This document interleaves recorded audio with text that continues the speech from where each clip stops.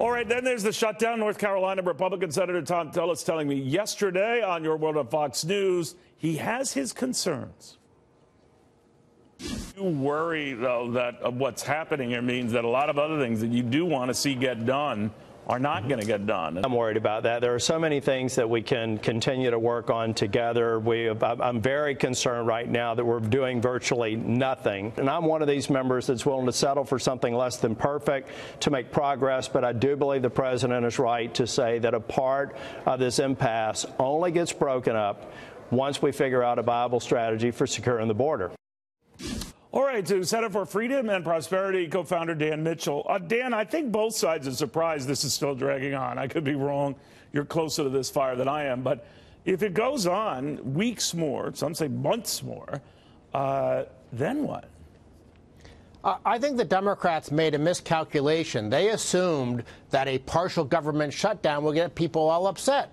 But who's ever going to notice that there's no Department of Housing and Urban Development? I mean, it shouldn't exist in the first place. Who's going to notice that there's no Department of Transportation? That should all be done at the state and local level anyhow. Yes, there are some sensitive areas, such as if TSA workers en masse just started not showing up to work, that would ramp up the pressure some. But for the most part, even polling data shows hardly anybody is noticing or caring about the shutdown because so much of what the federal government does is irrelevant or burdensome to our lives.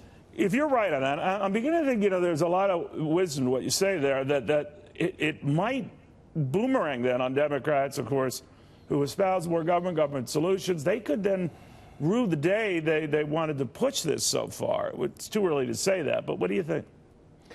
I suspect that the immigration fight, qua-immigration fight, is always going to dominate what the political fallout of this fight is. But it would just cheer my heart immensely if people, after whenever this ends, tomorrow or 2 months from now, if people said, you know what? Why don't we just leave some of these departments shut down completely? Now, I do have one small disagreement with Senator Tillis.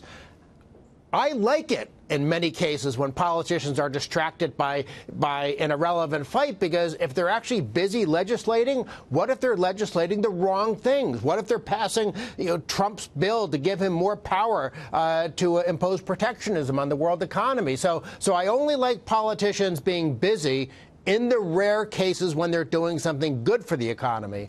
All right, but we already know that the longer this drags on, some market-friendly things, might be being so crass, get sidelined. There's a delay in initial public offerings because the Securities and Exchange Commission can't write off on them. There's a delay in crucial drug approvals, some very, very pricey and key to a lot of companies' fortunes, to say nothing of life-saving measures. And on we go, inspection of foods and the like. So that this becomes to be a big pain for people beyond just everyday government workers. What do you think? 2 points on that. First, obviously, even if you want much smaller government, you don't really get it with a government shutdown. It's just a temporary thing. Right. So it's not really the right way to try to address our bloated federal government. But the second thing is, maybe we can learn some lessons about some of these things that are being held up.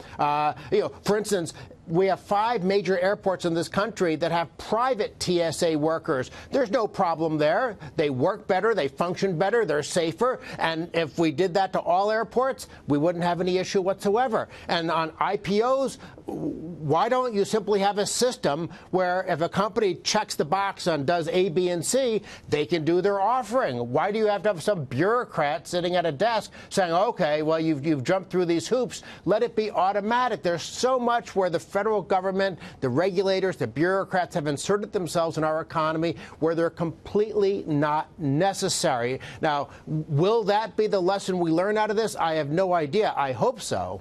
All right, Dan, thank you very much. Thank you.